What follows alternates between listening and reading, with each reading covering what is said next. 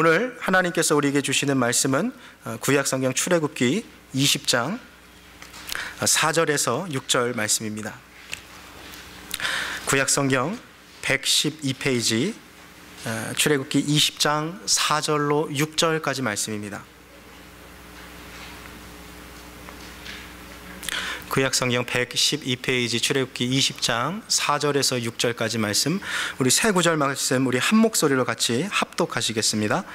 너를 위하여 새긴 우상을 만들지 말고 또 위로 하늘에 있는 것이나 아래로 땅에 있는 것이나 땅 아래 물속에 있는 것에 아무 형상이든지 만들지 말며 그것들에게 절하지 말며 그것들을 섬기지 말라.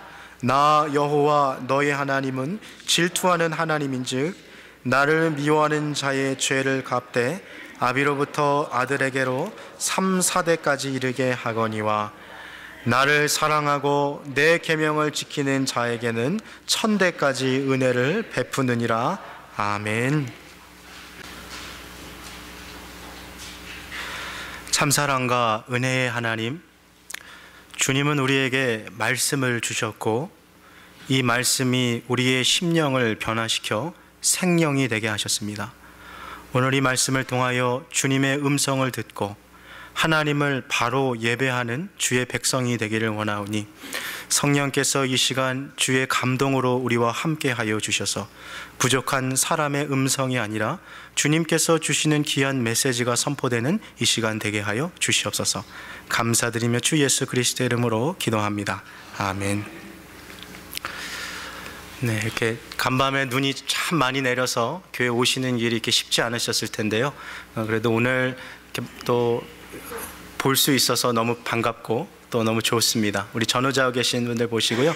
집사님 오늘 너무 잘 오셨습니다. 오시느라 수고하셨습니다 하고 좀 같이 좀 인사했으면 좋겠습니다. 네.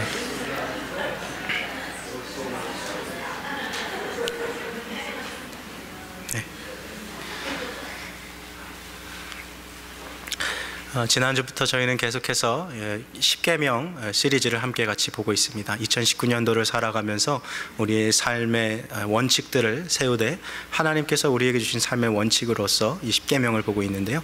오늘은 그 두 번째 시간입니다. 한 남자와 한 여자가 만나서 부부가 되게 되면 두 사람은 아주 특별한 이 관계를 형성하게 됩니다. 남편과 아내가 된 이 두 사람 사이에 그 누구도 그 무엇도 들어갈 수 없으며 이제 이 두 사람은 이 특별한 관계를 지키기 위한 서로의 의무가 또 발생하게 되죠. 부부로서 남편은 오직 아내만을 사랑해야 하고 아내도 남편만을 사랑해야 합니다. 만일 남편이 아내가 아닌 다른 여자를 사랑하거나 아내가 남편이 아닌 다른 남자를 사랑하는 것은 부부로서의 제1계명을 어긴 것이나 다름이 없겠죠. 우리가 하나님의 백성이 된 것도 마치 이 부부와 비슷합니다. 하나님께서 신랑 되시고 우리가 신부가 되어서 주님의 백성으로서 우리가 지켜야 할 그런 의무사항이 발생하게 되는 것이죠. 출애굽기 19장에서 이스라엘 백성들이 시내산 언약을 맺을 때 하나님은 그들에게 이제 너희는 내 것이 되었으니 내 백성이 되었으니 앞으로 이러이러하게 살아가거라 하고 주님께서 율법을 주셨습니다. 지난주 살펴본 것처럼 하지 말라는 것이 365개요 해야 한다는 것이 248개요 총 합계가 613개인데 이것을 다 외울 수 없는 것입니다. 하나님께서 그래서 우리를 위해서 그 율법의 강령이라 말할 수 있는 10가지의 내용을 요약해서 주신 것이 바로 이 10계명이라고 할 수 있겠죠. 이미 우리는 지난주에 그 첫 번째 계명을 함께 살펴보았습니다. 혹시 10계명의 1계명 다 기억하고 계십니까? 혹시 기억이 안 나시면 성경책의 출애굽기 24장 3절을 한번 보셔도 됩니다. 너는 나 외에는 다른 신들을 내게 있게 하지 말지니라. 이 계명을 다시 말하면 너는 나보다 더 사랑하는 것을 내게 있게 하지 말지니라. 나보다 더 갈망하는 것, 나보다 더 의지하는 것, 나보다 너의 삶에서 더 우선시하는 것들을 내게 있게 하지 말지니라라고 주님께서 우리에게 이 계명을 주신 것이죠. 제1계명을 다시 말하면 하나님은 이렇게 말씀하고 계신 거죠. 너는 나만 사랑해라. 나만 사랑해라. 자, 우리가 하나님만을 사랑하기로 제1계명을 통해서 결단했어요. 그래요 주님, 앞으로 나는 주님만을 사랑하겠습니다. 내 인생의 그 어떤 그 무엇도 주님보다 의지하지 않고 주님보다 우선시하지 않고 오직 하나님 한 분만을 사랑하겠습니다라고 우리의 마음을 결단했어요. 그런데 사랑이라는 것이요, 그렇게 쉬운 것이 아니지요. 마음의 결단과 결심만 가지고 사랑할 수 있다면 왜 이렇게 세상에 사랑에 실패하는 사람들이 많겠습니까? 사랑은요, 마음도 중요하지만 사랑하는 방법도 중요한 것입니다. 남편이 자기의 아내를 사랑할 때도요, 아내를 위한 방법이 있어요. 아내도 남편을 사랑할 때 남편을 행복하게 해줄 수 있는 그런 방법들이 있는 것이죠. 그런데 이것은 남편마다 다르고 아내마다 다른 거예요. 한 가정에서 한 남편이요, 아내에게 뭘 사다 주면 아내가 좋아할까 고민하다가 후라이팬을 하나 사갔어요. 집에 가니까 아내가 막 화를 내는 거예요. 당신은 왜 이렇게 실용적인 걸 사오냐고. 그래서 여자는 실용적인 걸 싫어하는구나. 그래서 다음 주에는 뭘 사갈까 했더니 꽃을 사갔어요. 꽃을 사갔더니 이번엔 아내가, 야, 이거 쓸데도 없는 꽃 왜 사왔냐고 또 뭐라 그럽니다. 뭘 사갈까 하고 한참 고민하다가, 그래, 그러면은 이걸 좋아하겠지 해서 이 강아지 한 마리를 큰맘 먹고 사서 가져갔어요. 근데 이게 웬일입니까? 아내가 갔더니 재채기를 심하게 하는 거예요. 알고 봤더니 이 아내는 개 알레르기가 있는 거예요. 눈이 막 텅텅 붓고 코와 눈에서 막 눈물 콧물이 다 쏟아지는 거예요.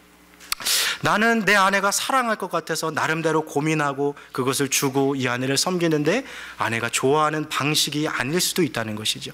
사랑은요, 내가 원하는 것을 상대방에게 강요하는 것이 아니라 그 상대방이 정말 어떠할 때 행복을 느끼는지, 어떠한 것을 좋아하는지, 또 어떠한 것을 싫어하는 것인지를 잘 분별해서 그를 섬기는 것이 사랑의 모습이라 할 수 있겠습니다.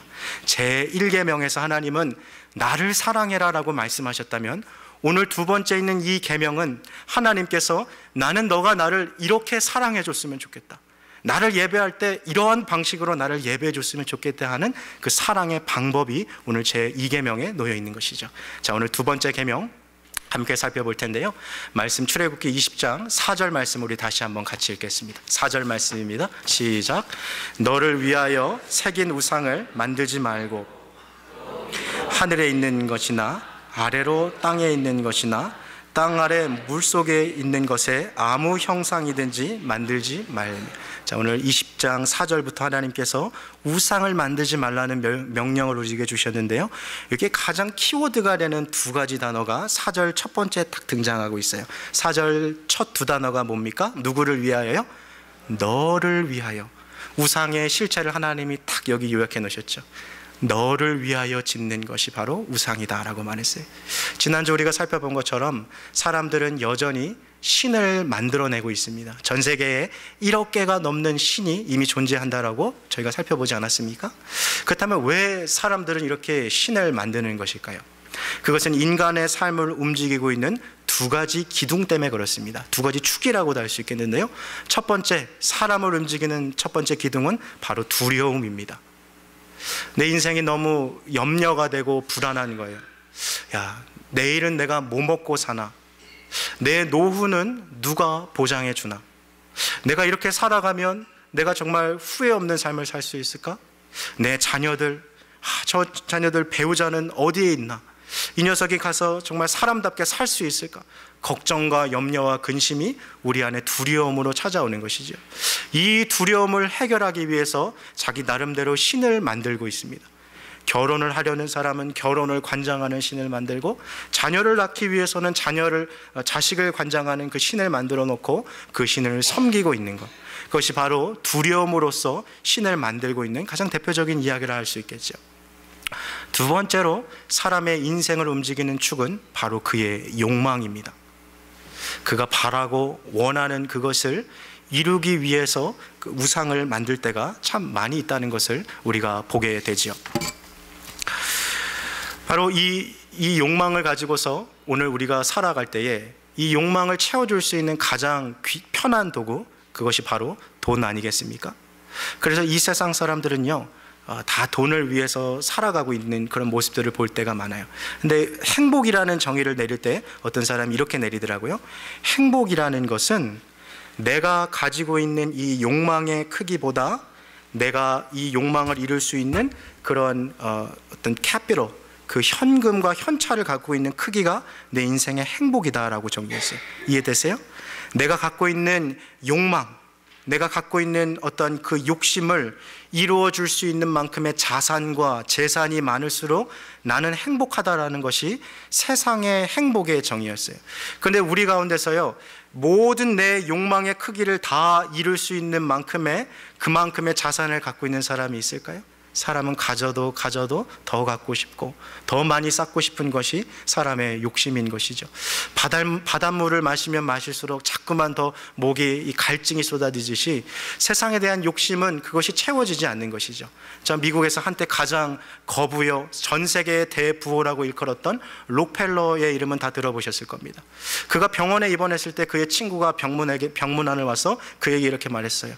아니, 자네는 전 세계 사람들이 다 부러워하는 대부호 아닌가? 근데 자네 아직도 더 가져야만겠는가?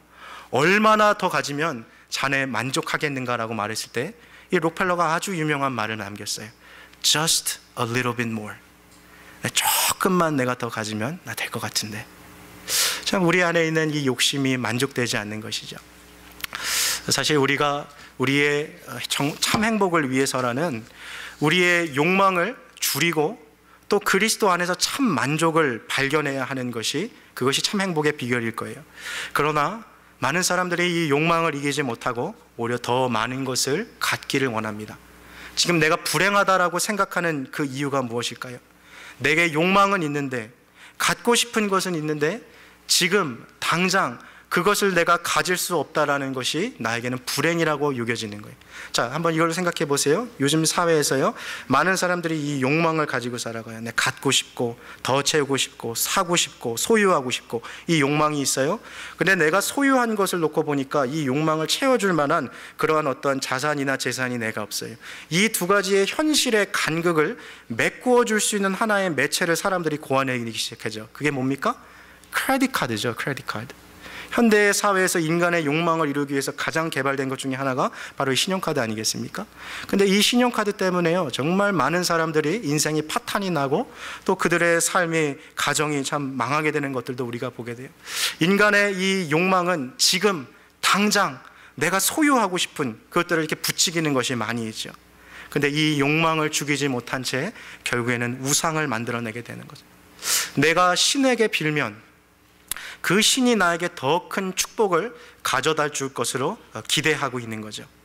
만들어진 신의 특징은 무엇입니까?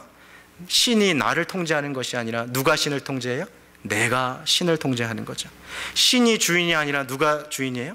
내가 주인인 거예요.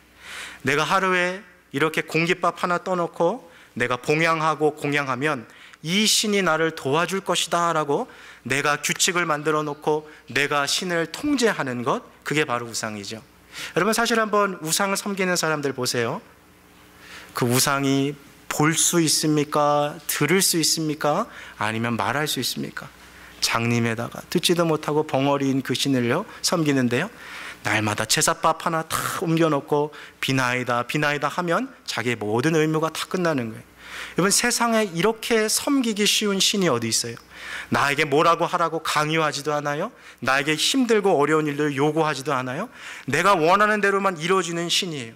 그러니 이 신에 대한 통제권을 내가 가지고서 우상을 세워놓고서 내 욕심을 채우기 위한 신, 내가 이것을 이루고 싶으면 이러한 신, 저것을 이루고 싶으면 저러한 신으로 세워놓고 내가 이렇게 하면 난 성공할 수 있다, 내가 이렇게 하면 나는 부자 될 수 있다, 이러한 공식으로 신을 섬기고 있는 것이죠. 자, 그런데요, 오늘 여기까지 이야기하고 잠깐 멈춰놓고 우리가 한 가지 점검해 봐야 될 것이 있습니다. 중요한 질문이 우리 안에 떠오르는 거죠. 혹시 나도 하나님을 나의 욕망을 이루기 위한 도구로 놓고 내가 하나님을 섬기고 있는 것은 아닌가? 내가 이렇게 하면 하나님은 반드시 이렇게 해주시겠지 하고 하나님을 내 머리의 셈과 나의 계산 속에 집어넣고 하나님을 만들어 놓고 있는 것은 아닌가 하는 그 질문들이 우리 안에 있어야 하는 것이죠. 요즘 어느 이렇게 건물 속에 들어가 보면 어느 건물 안에 이렇게 자판기 같은 게 이렇게 있지 않습니까? 자판기는 다 보셨죠? 네, 주머니에 있는 동전 쿼러를 가지고요, 자판기 안에 동전을 넣어요. 그리고요, 내가 콜라 버튼을 탁 누르면 자판기에서 뭐가 나와요? 제가 너무 어려운 질문을 했습니까? 뭐가 나옵니까? 콜라가 나오죠. 네. 스프라이트가 마시고 싶은데, 그래서 스프라이트 버튼을 탁 누르면 뭐가 나오죠? 스프라이트가 나와요. 우리가 하나님을 대할 때 마치 하나님을 이 자판기처럼 대할 때가 있다는 거예요. 하나님 앞에 내가 이렇게 하면 하나님 내게 반드시 이거 주셔야 돼요. 하나님을 이렇게 생각하는 거예요. 내가 하나님 잘 섬기면 하나님은 날 부자로 만들어 주실 거예요. 근데 그렇게 생각하고 하나님을 섬기다가 내 인생이 잘 안 풀리고 또 내 인생이 내가 원대로 흘러가지 않으면, 여러분 그런 분들 보신 적 있으세요? 자판기에 동전 넣고 이렇게 눌렀는데 안 나오니까 막 자판기를 막 흔드는 사람도 있고요, 자판기를 발로 차는 사람도 있더라고요. 하나님을 막 그러는 거예요. 하나님 왜 이러세요? 이러시면 안 되죠. 하나님을 발로 차듯이 하나님을 원망하고, 나 하나님 앞에 실망했어요. 기도해도 아무런 소용 없네요. 하나님 고장 나셨네요. 하나님 뭔가 잘못되셨네요. 이렇게 하나님을 자판기처럼 생각할 때가 많다는 거예요. 이러한 하나님을 내가 통제하려고 하라는 그 모습이 바로 하나님을 우리가 자판기처럼 보는 것이죠. 여러분, 우리가 하나님을 볼 때 우리 어떻게 보고 있어요? 우리 하나님은 자판기가 아니세요. 램프 속 지니가 아니세요. 내가 문지르고 내가 소원을 말하면 다 이루어주시는 그런 분 아니세요. 내가 하나님을 내 욕망을 이루어줄 도구로 놓고 있다면 그것은 하나님을 우상화해서 만들어 놓고 있는 것이죠. 우리는 결코 하나님에게요, 하나님 내게 이렇게 해 주셔야만 합니다라고 말할 수 없는 것이에요. 하나님은 우리의 통제를 받지 않으세요. 주님은 인격적인 분이세요.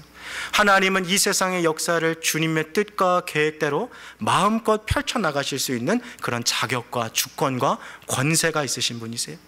구약 성경에 보니까 다니엘과 세 친구 이야기가 나옵니다. 느부갓네살 왕이 신상을 하나 딱 세워놓고요, 앞으로 누구든지 이 신상에게 절하지 않으면 내가 풀무불에 던지리라 했어요. 근데 다니엘의 세 친구인 사드락, 메삭과 아벳느고가 딱 보니까 이거 하나님이 싫어하시는 거예요.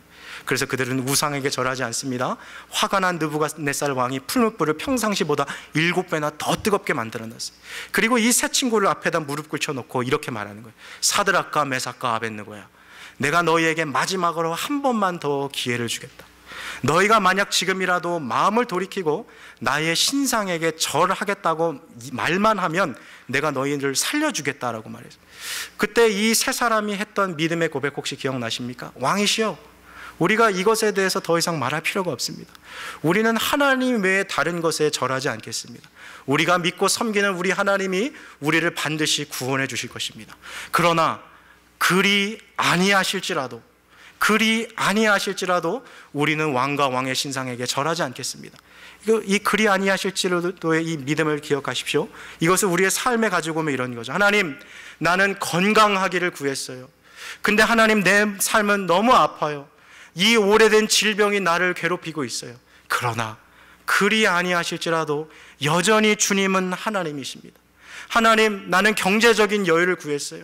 난 너무 힘들고 사는 게 어려워요. 그러나 여전히 내 삶은 내가 기도한 대로 펼쳐지지 않고 내 가정에 이 어려움들이 머물러 있어요. 그러나 그리 아니하실지라도 여전히 주님은 하나님이시다라고 인정하는 것이 참 신앙의 모습이라는 거예요. 여러분, 우리는 주님을 통제할 수 없어요. 내 삶을 내가 원하는 대로 펼쳐간다면 그것은 하나님을 우상화해 놓고 만드는 것이죠. 우리가 공식을 놓고 하나님은 이렇게 하면 반드시 이렇게 해주셔야 한다라고 하나님을 생각하고 있다면 하나님을 내 생각의 틀 안에 가둬놓고 하나님을 우상화하고 있는 것이죠. 내가 하나님의 뜻에 굴복할 생각은 전혀 없고 하나님을 나의 노예 삼아서 하나님을 내 뜻대로 manipulate, 어떻게 해서든지 하나님을 내 뜻대로 움직이려고 만든다면 그것이 바로 우리가 우상을 섬기고 있는 것과 다를 바 없다는 것이죠. 하나님을 통제할 권한도, 하나님을 다스릴 권한도 우리에게는 없습니다. 지나온 삶들을 한번 돌아보시겠어요? 우리의 삶 동안에 내가 계획했던 것, 내가 바라고 원했던 것, 그 중에 몇 가지나 이루어지셨습니까? 내 인생은 꼭 이렇게 됐으면 좋겠는데, 이렇게 펼쳐지는. 지금 우리의 모습을 보면 내가 바라고 원하는 대로 우리의 삶이 다 펼쳐지지 않았을 가능성이 더 높습니다. 그런데 그러한 것들을 통해서 하나님은 우리에게 한 가지 인생의 교훈을 주고 계신 거죠. 누가 하나님이냐? 누가 주인이냐? 너의 인생의 주인은 너냐? 아니면 하나님이냐? 주님이 이건 묻고 계신 거죠. 우리가 정말 하나님을 이렇게 흔들 때가 있는 것 같아요. 하나님, 왜 그렇게 하셨어요? 하나님, 왜 그렇게 하셨어요? 아니, 하나님 이렇게 해주셨어야죠. 하나님 이거는 이렇게 처리해 주셨어야 되죠. 하나님을 내 입맛에 맞추려고 하는 것 혹시 있지는 않을까요? 내 뜻과 계획대로 내 인생이 풀리지 않고 일들이 계획대로 펼쳐지지 않는다 할지라도 하나님 앞에 오히려 겸손하게 나아가서 주님 앞에 이렇게 말한다면, 하나님, 주님 이렇게 하셨군요. 주님, 이렇게 되는 것이 비록 내 머리로 다 이해되지 않고 내 가슴으로 다 동의되지 않는다 할지라도 이렇게 되는 것이 주님의 뜻이라면 이것이 내 지혜보다 더 지혜롭고 내가 가진 뜻보다 더 선하고 좋으신 하나님의 뜻이었음을 저는 믿습니다. 저는 주님의 뜻을 따르겠습니다라고 하나님 앞에 반응하는 것이 오히려 성경에서 말하고 있는 참된 신앙의 모습인 것이죠. 예수님의 기도 기억나십니까? 아버지, 내 원대로 하지 마옵시고 누구의 원대로요? 아버지의 원대로 하옵소서. 그것이 바로 우리가 하나님 앞에 섬기는 거죠. 우리의 마음이 만들어낸 하나님, 우리의 욕망이 만들어낸 하나님, 그 하나님이 아니라 성경에서 말하고 있는 참 하나님을 섬기는 것이 바로 중요하다는 것입니다. 오늘 본문 출애굽기 20장 4절에서요, 하나님은 우상의 정체를 보여주셨어요. 너를 위하여 새긴 우상을 만들지 말고. 우상은 누구를 위해 만든 거예요? 나를 위해 만든 거예요. 하나님을 섬기는데 나를 위하여 하나님을 섬기고 있다, 내 욕망 때문에 주님을 섬기고 있다 하면 그것은 하나님을 섬기는 것이 아니라 뭘 섬기는 거예요? 우상을 섬기고 있는 거예요. 오늘 여기 앉아 계신 분들 중에요, 집에요 이렇게 금송아지 모셔놓고 섬기는 분 계십니까? 아니면 예수님을 막 조각화해 놓고 우상으로 만들어 놓고 섬기는 분 혹시 계십니까? 아마 그런 분들은 거의 없을 것입니다. 그래서 우리가 오늘 이 2계명을 볼 때요, 나는 여태까지 이 2계명을 한 번도 어긴 적 없다, 나는 모태신앙으로 자랐고 우리 아버지 어머님이 교회 다녔는데 무슨 우상이냐, 나는 이 계명을 한 번도 어긴 적이 없다라고 호언장담하는 분들도 아마 계실지 모르겠어요. 그러나 비록 우리가 금이나 나무나 돌이나 금속을 가지고 신상이나 우상을 만들어 놓진 않았을지라도 우리의 머릿속에서 생각이나 상상을 가지고 하나님은 의뢰 이러한 분이셔야 한다라고 나만의 하나님을 만들어 놓고 나의 욕망을 이루기 위한 도구로 하나님을 사용하고 있다면 우리는 그 누구보다 이 2계명을 어기고 살아가고 있다는 것입니다. 하나님은 사랑의 하나님이시니까 내가 이렇게 살아도 주님은 다 용서해 주실 거예요. 우리 하나님은 사랑의 하나님이라 그랬으니까 내가 이러한 죄를 져도 주님은 눈 감아 주시겠지, 주님은 용서해 주실 거예요. 내 입맛에 맞게 하나님을 골라서 하나님을 다시 만들고 있는 거죠. 그렇다면 그는 성경에서 말하고 있는 그 여호와 하나님이 아니라 자기 마음에서 만들고 있는 우상을 섬기고 있는 것이죠. 그래서 하나님을 바르게 섬기기 위해서는요, 우리가 성경을 읽어야 할 필요가 있어요. 성경을 통해서 읽어가다가 하나님이 자기가 누구이신지를 계시하실 때 무릎을 탁 치면서 하나님, 주님은 이런 분이셨군요, 주님은 이런 분이셨군요, 그 깨달음을 가지고 하나님 앞에 나와서 주님을 섬기는 것이 중요한 것입니다. 우리가 만약 성경을 볼 때도요, 내가 원하는, 내가 좋아하는 구절들, 내게 능력 주시는 자 안에서 내가 모든 것을 할 수 있느니라, 여호와는 나의 목자시니 내게 부족함이 없으리로다, 내가 너와 함께함이라, 여호와는 내 편이시라, 여호와께서 너를 도우시리로다. 내가 좋아하는 구절만 다 짜집기 해서 이것이 마치 기독교에서 말하는 하나님이라고 만들고 있다면 어느 순간 나도 모르게 하나님을 왜곡하고 하나님이 아닌 또 다른 신을 내가 창조해내고 있는 것이죠. 저를 한번 따라해 보시겠습니까? 하나님을 제대로 알아야 하나님을 제대로 섬길 수 있습니다. 목사님, 저는요 주일학교 출신이고요, 모태신앙이에요. 어렸을 때부터 수십 년 동안 교회에 다녔고요, 여태까지 성경도 수도 없이 읽었어요. 저는 그래도 하나님 압니다. 그렇게 생각하시는 분들 계신지 모르겠어요. 그런데요, 그럴 때 있지 않으세요? 평생을 함께 살아온 내 남편이고 내 아내인데도요, 어느 순간 어느 장소에서 어머, 저 사람 저런 모습이 있었네, 어머, 저 사람 또 저런 면모가 있었네, 어머, 웬일이야, 저 사람이 저런 것도 할 줄 아네, 이런 거 이렇게 느낄 때가 있지 않습니까? 하나님의 실체와 하나님의 영광은 우리의 지혜와 지식과 명철로 다 이해할 수 없는 거예요. 내가 깨달았다고 말하는 그 하나님에 대한 지식이, 그것이 정말 하나님에 대한 지식에 비해 봤을 때 모래알 한 톨 두 톨에 비할 수 있을까요? 우리는 여전히 하나님에 대해서 더 알아가야 하는 것이죠. 하나님에 대한 지식에서 더 자라가야 하는 것입니다. 왜냐하면 하나님을 제대로 알아야 하나님을 제대로 섬길 수 있기 때문입니다. 자, 오늘 본문으로 다시 돌아가서요, 하나님은 우상을 만들지 말아야 하는 그 이유에 대해서 설명해 주고 계십니다. 우리 5절 말씀을 다시 한번 같이 읽겠습니다. 본문 5절입니다. 시작. 절하지 말며 그것들을 섬기지 말라.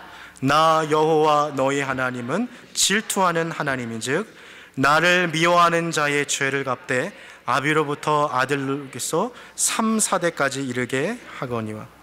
자, 여기 5절 보니까 아주 흥미로운 표현이 하나 등장합니다. 나 여호와 너희 하나님은 무슨 하나님이세요?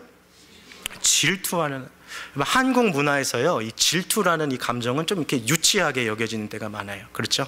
좀 미성숙한 사람들이 갖는 감정이라. 예를 들면은 이 젊은 남녀들이 삼각관계에 있을 때 내가 좋아하는 저 여학생이 다른 남학생을 좋아한다. 막 이 질투가 난다고 막 그러죠. 아니면은 막 내가 정말 사고 싶었던 막 신상 명품 가방이 있는데 막 누가 그걸 또 들고 교회 왔어요. 막 마음속에 일어나는 그런 오묘한 감정. 뭔가 이렇게 질투하면 유치한 감정으로 생각할 때가 많은데요, 오늘 본문에 나오는 이 질투라는 이 감정을 한번 꺼내서 우리 한번 살펴봅시다. 길거리를 지나가고 있는데요, 어떤 한 여자가요, 이 남자의 팔짱을 끼고 지나가고 있는 거예요. 나랑 아무런 상관도 없는 저 여자가 남자랑 팔짱을 끼고 지나가고 있는데 마음에 막 질투가 일어난다. 이거 정상이에요? 아니, 그거는 그렇지 않아요. 자, 그런데 장면을 좀 바꿔볼까요? 오늘 길거리를 지나가고 있는데 나와 같은 집에서 살고 있는 내 와이프가 옆집 아저씨의 팔짱을 끼고 지나가고 있다. 근데 그거 보고서 야, 참 보기 좋은 광경이다. 그거는 정상이 아니죠. 질투라는 것의 감정의 실체는 무엇입니까? 내가 사랑과 정열을 느끼고 있는 그 대상에게 느끼는 것이 질투라는 거예요. 오늘 보면 출애굽기 20장 5절에서 나는 질투하는 하나님이라고 하나님 말씀하셨던 건 무슨 말씀입니까? 내가 너를 이만큼 사랑하고 나의 정열의 대상이 바로 너다. 그러니 너는 내가 너에게 주는 그 사랑과 정열의 기대에 어긋나지 않도록 나를 바르게 예배하라고 주님께서 지금 부르고 계신 것이죠. 나는 너가 나에게 줄 사랑을 내가 그 무엇에게도 빼앗기지 아니하겠다라고 주님 말씀하고 계신 거예요. 자, 그런데 만일 그러면 우리가 하나님 앞에 드려야 할 사랑을 주님께 드리지 않고 만일 다른 우상을 섬긴다면 하나님은 얼마나 싫어하실까요? 그 이야기가 바로 출애굽기 32장에 나와 있어요. 출애굽기 32장을 보니까 이런 이야기가 나오더라고요. 시내산에 도착한 이스라엘 백성들에게 이제 언약을 받기 위해서 모세가 백성들을 산 안에 이렇게 기다리게 하고 자기가 시내산 위에 올라가죠. 우리가 잘 아는 십계명 돌판을 받는 일들이 있습니다. 근데 아무리 기다려도 모세가 내려와요, 안 내려와요? 안 내려오는 거예요. 야, 저 80세 노인 모세가 등산하다가 숨이 막혀서 이 호흡곤란으로 죽었나 보다. 아무리 기다려도 이 모세가 안 내려오는 거예요. 그래서 사람들이 그 형 아론을 찾아가서 이렇게 이야기합니다. 우리를 애굽에서 인도하여낸 지도자 모세가 죽은 것 같으니 당신은 우리를 위해서 신을 만들라라고 이야기하죠. 그 내용이 출애굽기 32장 1절에서 4절까지 있는데요, 우리 스크린에서 한번 그 말씀 좀 보여주시겠어요? 출애굽기 32장 1절부터 4절 말씀 한번 같이 읽겠습니다. 시작. 백성이 모세가 산에서 내려옴이 더딤을 보고 모여 아론에게 이르러 가로되 일어나라, 우리를 인도할 신을 우리를 위하여 만들라. 이 모세 곧 우리를 애굽 땅에서 인도하여 낸 사람은 어찌 되었는지 알지 못함이라. 자, 2절부터 4절도 계속 보여주세요. 같이 읽겠습니다. 시작. 아론이 그들에게 이르되 너희 아내와 자녀의 귀의 금고리를 빼어 내게로 가져오라. 모든 백성이 그 귀에서 금고리를 빼어 아론에게로 가져오매 아론이 그들의 손에서 그 고리를 받아 부어서 각도로 새겨 송아지 형상을 만드니 그들이 말하되 이스라엘아, 이는 너희를 애굽 땅에서 인도하여 낸 너희 신이로라 하는지라. 기가 막힌 일이 벌어진 거죠. 하나님을 섬기던 이스라엘 백성들이 금송아지를 만들어 놓고 이게 여호와 하나님이다라고 앞에서 춤추고 예배하고 경배하는 이 일이 벌어졌어요. 이 출애굽기 이 사건을 통해서 하나님께서 받으셔야 할 그 사랑을 주님께서 우상에게 뺏기셨어요.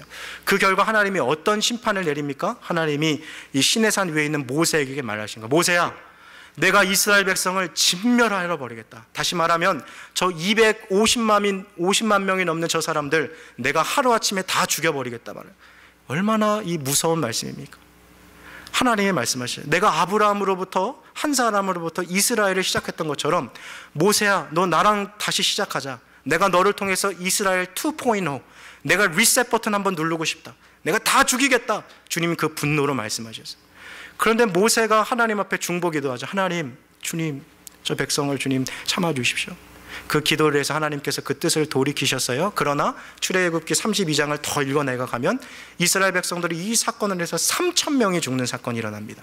여러분, 오늘 같은 날에도요, 어떤 사건으로 30명만 죽어도 대사특필 될 사건 아니겠습니까? 300명만 죽어도 3,000명이 죽었다는 것은 어마어마한 숫자가 죽었다는 거예요.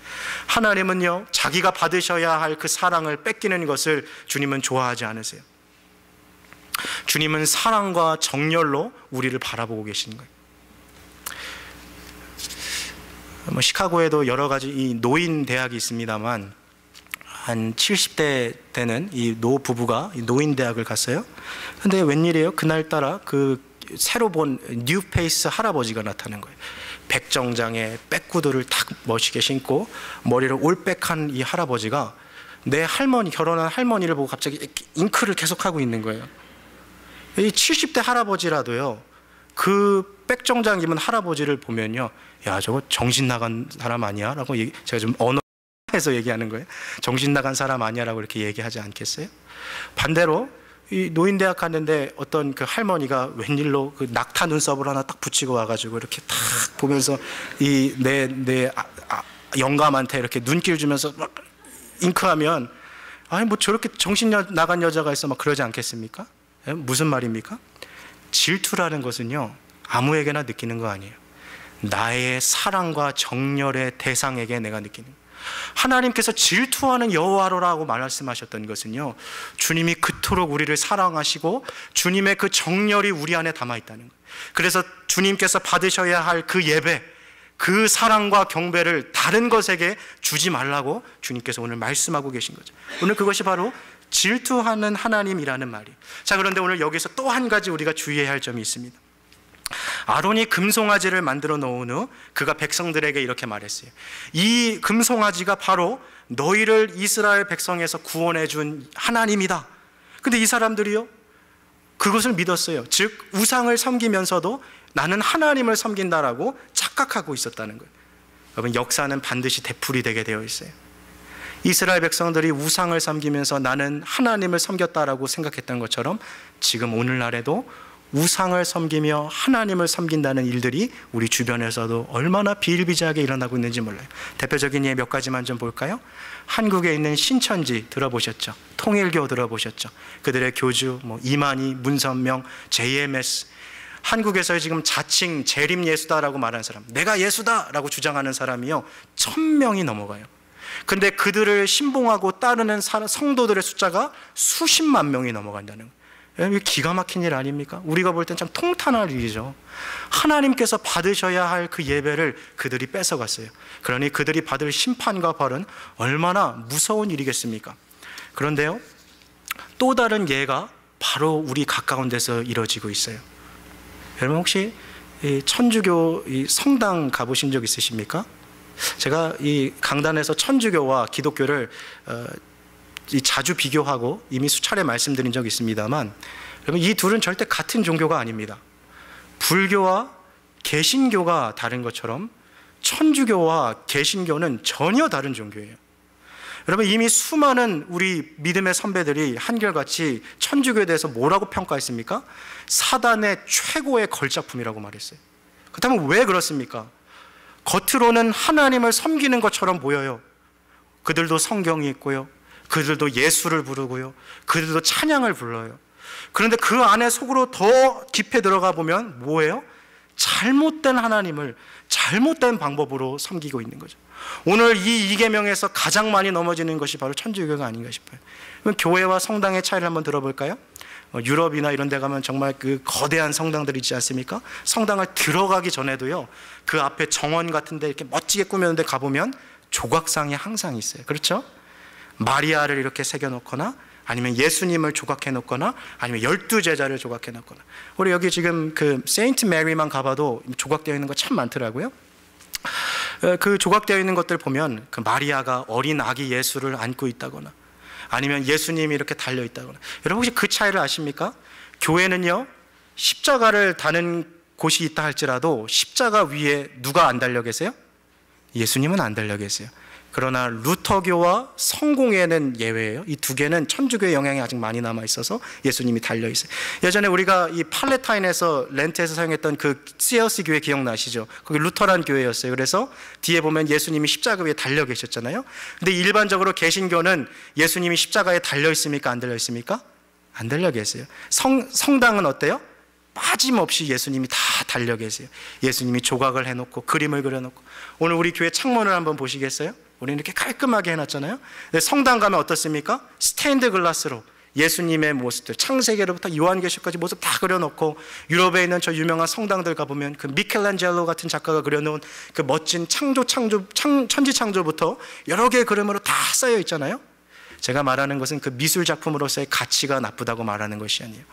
이런 조각이나 이런 회화와 그림 같은 것이 예배의 장소에 들어가게 됐을 때 눈에 보이는 것에 취약한 사람이 자기도 모르게 하나님에 대해서 예배하는데 그 형상과 그 이미지에 사로잡혀서 그 대상을 예배할 수 있는 그 위험을 개신교는 다 뿌리부터 뽑아버린 거예요. 여러분, 우리 교회에 십자가가 달려 있습니까? 저는요, 개인적으로 어느 교회들을 이렇게 가보면 참 그런 교회들이 있더라고요. 새벽 예배가 딱 끝나면 십자가 뒤에 그 하얀색 그 은은한 조명이 탁 켜지면서요, 경건한 분위기가 싹 오니까 참 이런 데서 예배드리면 참 좋다라는 그런 느낌을 주는 그런 교회들도 있어요. 제가 그런 것까지 반대하는 것은 아니에요. 그러나 우리가 왜 예배드릴 때, 이 교회 건물 하나를 지을 때도 조각이나 그림이나 심지어 십자가까지 달아놓지 않는 그 이유가 어디에 있는지는 우리를 알아야 한다는 것입니다. 바로 이 제2계명에 앞서서 종교개혁자들은 자기의 목숨을 걸었어요. 이것은 정말 하나님을 섬기는 것이 아니다. 이것은 하나님께서 말씀하신 가장 싫어하시는 죄를 짓는 것이라고 그들은 주장했던 것이죠. 출애굽기 32장 4절 말씀, 우리 다시 20장 4절 말씀 우리 한 번만 다시 읽었으면 좋겠습니다. 출애굽기 20장 4절 말씀, 오늘 본문입니다. 함께 읽겠습니다. 시작. 너를 위하여 새긴 우상을 만들지 말고 또 위로 하늘에 있는 것이나 아래로 땅에 있는 것이나 땅 아래 물속에 있는 것에 아무 형상이든지 만들지 말며. 자, 4절 다시 보세요. 하늘에 있는 건 뭐가 있을까요? 새가 있겠죠. 독수리나 아니면 뭐 좋은 그런 새들의 모양. 땅에 있는 것, 사자나 호랑이나 코끼리나, 바다에 있는 건 물고기나 고래나. 근데요, 우리가 여기서 한 가지 잊지 말아야 할 것이 있어요. 사람도 여기 포함될까요? 포함되죠. 하나님은 자기를요, 인간의 형상으로도 만들지 말라고 말씀하고 계신 것이죠. 사실 이 성당에서 보여지는, 우리가 예수님이라고 생각할 때 그 모습, 예수님 잘생기셨어요? 예수님 막 할리우드 스타처럼 이렇게 막 파마 머리에 이 배우처럼 나오시잖아요. 근데 실제로 이사야서를 보면 그는 흠모할 만한 것이 없으며라고 그의 모습이 이미 예언되어 있죠. 아마도 역사 속 진짜 이 세상에 오신 예수님은요, 인간이 흠모할 만한 그 어떠한 풍채 모습도 없이 이 세상에 오신 가난한 목수의 아들이셨을 거예요. 근데 우리가 어느 순간 예수님을 생각할 때 그런 모습으로 이렇게 사로잡힐 때가 있죠. 물론 그래도 기독교에서도요, 교육적인 용도로, 예술적인 용도로 사용하는 부분에서 저희가 반대하진 않습니다. 그러나 이것들이 우리의 예배에서 어떻게 방해가 되는지 그것을 우리가 인지하고 인식해야 할 필요는 분명히 있다는 거예요. 자, 그렇다면 왜 하나님은 오늘 제2계명을 이렇게 하나님의 모습을 형상화하는, 이 제작하는 일을 강력하게 금지하고 계신 것일까요? 그것은 이 세상 그 무엇도 하나님의 영광과 존귀를 담을 수 있는 피조물이 존재하지 않기 때문이에요. 우리가 하나님을 어떠한 조각으로 형성하는 순간, 어떠한 피조물의 모습으로 나타내려는 순간, 하나님의 그 무한하시고 하나님의 그 영원하신 영광과 존귀가 다 그 안으로 축소되는 것이죠. 좀 쉬운 말로 좀 이렇게 이야기해 보고 싶어요. 혹시 나야가라 폭포 다녀오신 분들 계십니까? 얘네 좀 계실 것 같아요. 요즘에요 TV가요 얼마나 좋아지는지 몰라요. 여기 앉아 계신 분들 중에는 처음 TV가 흑백 TV신 분들도 있을 거예요. TV를 킬 때 이렇게 똑딱이 버튼으로 눌렀다가 떴다 전원 버튼, 채널 돌릴 때도 탁탁탁탁 돌리는 그 흑백 TV로 시작했다가 이제 칼라 TV로 확 넘어왔어요. 근데 요즘에 뭐 TV가 얼마나 좋아졌습니까? 4K, 요즘에 뭐 8K도 나왔더라고요. UHD TV, 뭐 사람이 눈으로 헤아릴 수 있는 그 모든 색깔들이 다 거기 담아 있다라고 막 광고하지 않습니까? 그런데요, 이 나야가라 폭포를 한 번도 안 갔다 온 사람이요, 최신형 최고급 카메라로 찍은 그 나야가라 폭포가 나오고 있는 그 TV를 딱 보면서 이렇게 얘기하는 거예요. 야, 나야가라 폭포 별거 아니네. 뭐 이 정도구나. 난 나야가라 폭포 다 봤어. 그렇게 말하고 있다면 실제로 그 폭포를 갔다 온 사람이 그 이야기를 듣고 어떻게 생각하겠어요? 내가 그곳 앞에서 느꼈던 그 장대함, 그 폭포의 물이 나에게 튈 때 느꼈던 그 말로 형용할 수 없었던 그 감동을 이 TV가 어떻게 다 전해줄까라는 그런 마음들이 들지 않겠습니까? 하나님의 영광이 우상으로 축소되는 순간, 그 무한하시고 영원하신 하나님의 영광과 존귀가 결코 담아질 수 없는 것이 바로 우상이라는 거예요. 하나님께서요, 그래서 이 우상을 만들지 말라 하신 것은 이것이 우상으로 담겨지는 순간 그것은 더 이상 하나님이 아닌 거예요. 따라서 우상을 섬길 때 그 사람은 제2계명만 어기는 것이 아니라 하나님이 아니게 되므로 동시에 몇 계명이요? 1계명. 나 외에 다른 신들을 내게 있게 하지 말지니라는 그 계명을 자동적으로 동시에 여기게 되는 거죠. 하나님은 우상 섬기는 것을 강력하게 바로 금지하고 계신 이유가 여기에 있는 것이죠. 질투하시는 하나님, 나의 그 무한한 영광과 그 존귀와 그것들이 다 축소되고 우상에게 빼앗기는 것을 주님은 원치 않고 계세요. 자, 오늘 이 두 번째 계명을요 다른 말로 바꿔보면 이럴 수 있을 것 같아요. 하나님은요, 우리가 하나님을 예배할 때 하나님 앞에 걸맞게 예배하기를 주님 원하신다는 거예요. 하나님을요 그냥 저차원적인 존재로, 하나님을 그렇게 생각하지 말고 온 우주 만물을 다스리시는 그 하나님의 수준에 걸맞게 예배를 드리라는 거죠. 좀 쉬운 편으로 한번 이렇게 생각해 볼까요? 남자분들 가운데 군대 다녀오신 분들 계시죠? 오늘 군대 이번 주 주말에요 우리 부대에요 손님이 찾아오세요. 근데 이 손님이 누가 찾아오느냐에 따라서 준비가 달라져요. 예를 들어서 영광급이 오느냐, 아니면 장성급이 오느냐, 스타가 오느냐, 그에 따라 달라지는 거죠. 스타가 와도 원스타냐, 투스타냐, 쓰리스타냐, 아니면 참모총장이냐, 이거에 따라서요 군대에서 그 사람이 올 때 트는 노래가 달라지고요, 깃발이 달라지고요, 도열하는 형태가 달라지고요, 참여하는 인원수가 달라지는 거예요. 만약에 오늘 우리 군부대에 참모총장이 왔다, 아니면 국방부 장관이 왔다, 그런데 그 사람을 대할 때 마치 일개 이등병 대하듯이 그를 맞이했다, 큰 신뢰를 범하는 건 아니겠습니까? 또 하는 예를 들어볼까요? 한국에서요 비행기를 타고 중요한 인물이 미국에 왔어요. 공항에 왔는데 그 비행기 안에 타고 있는 사람이 대사이냐, 국회의원이냐, 아니면 대한민국의 국무총리냐, 아니면 대한민국의 대통령이냐에 따라서요 그 비행기를 맞이하는 그 인파가 달라지고요, 방식이 달라지고요, 그 공항에 나와 있는 사람이 달라져요. 대한민국의 대통령이 비행기를 타고 미국에 왔는데 공항에 아무도 없더라, 그러면 그것은 큰 신뢰를 범하는 것이고 큰 잘못을 범하는 것이죠. 여러분, 사람의 예를 들어도 우리가 이해가 되지 않습니까? 근데 하나님을 예배하고 하나님을 섬기는데요, 그 크시고 그 무한하시고 그 영원하신 하나님을 섬기는데 그 하나님을 마치 내 친구 대하듯이, 마치 내 이웃집 대하듯이, 옆집 아저씨 대하듯이 막 그렇게 대하고 있다면 우리는 정말 하나님께 큰 결례를 범하고 있고 하나님 보실 때 큰 죄를 짓고 있는 거죠. 오늘 이 본문 2계명이 바로 그거예요. 하나님은 하나님께 걸맞는 예배를 주님은 받으시기를 원하고 계시다는 것이죠. 자, 이것이 바로 오늘 이 메시지의 핵심 결론입니다. 자, 그렇다면 어떻게 하면 우리가 하나님 바르게 예배할 수 있을까요? 어떻게 하면 우리가 하나님을 하나님에 걸맞게 예배할 수 있을까요? 오늘 두 가지만 이야기하겠습니다. 첫 번째로요, 말씀을 통하여 말씀에 기록된 하나님을 예배하십시오. 내가 만들어낸 하나님, 내가 허구 속에서 내가 짜집기하여 내가 만들어낸 그런 신이 아니라 정말 성경에서 말하고 있는 그 하나님을 바로 섬기기를 바랍니다. 그러기 위해서 말씀을 자꾸 읽어가야 돼요. 말씀은 우리의 삶에 계속해서 공급받아야 합니다. 이게 하나님이시구나. 성경에서 말씀하고 있는 여호와 하나님은 이런 하나님이구나. 내가 생각했던 것과 내가 바라던 하나님이 아닐지라도 그 하나님이 여호와 하나님이라면 그분을 섬기는 거예요. 앞서 얘기했듯이요, 하나님을 제대로 알아야 하나님을 제대로 섬길 수 있는 거예요. 그래서 말씀을 통하여서요, 그 하나님을 제대로 아는 것이 바른 예배에 있어서 가장 첫 번째요, 우선시 돼야 될 것입니다. 자, 두 번째로는요, 예수 그리스도를 통해 예배하는 것입니다.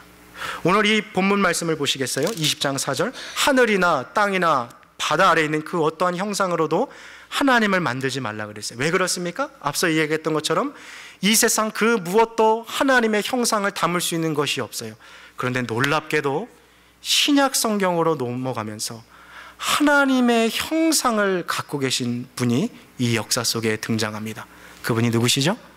바로 예수님이시라는 거예요. 우리 요한복음 1장 14절 18절 말씀 같이 읽었으면 좋겠습니다. 함께 같이 읽겠습니다. 시작. 말씀이 육신이 되어 우리 가운데 거하시마 우리가 그 영광을 보니 아버지의 독생자의 영광이요 은혜와 진리가 충만하더라. 18절 말씀도 보여주시겠어요? 같이 읽겠습니다. 시작. 본래 하나님을 본 사람이 없으되 아버지 품속에 있는 독생하신 하나님이 나타내셨느니라. 오늘 이 두 구절은 우리에게 말씀해 주는 거예요. 본래 하나님을 본 사람은 없어요. 하나님의 형상을 나타낼 수 있는 이 존재는 없어요. 그런데 그것이 누구 안에 나타났어요? 독생하신 하나님, 예수 그리스도를 통해서 이 세상에 하나님의 형상이 나타났다는 거예요. 하루는 예수님과 함께 지난 3년 반 동안 동고동락하고 살아왔던 12제자 중에 의심이 가장 많았던 제자 중 한 사람, 가장 이성적이었던 한 사람, 가장 셈이 빨랐던 사람 중에 한 사람인 빌립이 예수님께 와서 물어봤어요. 예수님, 제가요 정말 하나님 잘 믿고 싶거든요. 제가 하나님을 정말 제대로 믿고 싶거든요. 근데 예수님, 제가 좀 부탁할 게 있어요. 저에게 하나님을 한 번만 좀 보여주세요. 그러면 제가 정말 신앙생활 잘할게요. 그랬더니 예수님께서 뭐라고 말씀하셨습니까? 우리 요한복음 14장 6절부터 9절까지 말씀 우리 한 번 더 같이 읽겠습니다. 시작. 예수께서 가라사대 내가 곧 길이요 진리요 생명이니 나로 말미암지 않고는 아버지께로 올 자가 없느니라. 계속 읽어갈게요. 너희가 나를 알았다면 또 내 아버지도 알았으리로다. 이제부터는 너희가 그를 알았고 또 보았느니라. 8절이요. 빌립이 가로되 주여 아버지를 우리에게 보여주옵소서. 그리하면 족하겠나이다. 9절이요. 예수께서 이르시되 빌립아 내가 이렇게 오래 너희와 함께 있으되 내가 나를 알지 못하느냐. 나를 본 자는 누구를 보았다고요? 아버지를 보았거늘 어찌하여 아버지를 보이라 하는. 예수 그리스도를 본 사람은 누구를 본 거예요? 하나님을 본 거죠. 하나님의 형상이 바로 예수 그리스도를 통하여서 나타났다는 것이죠.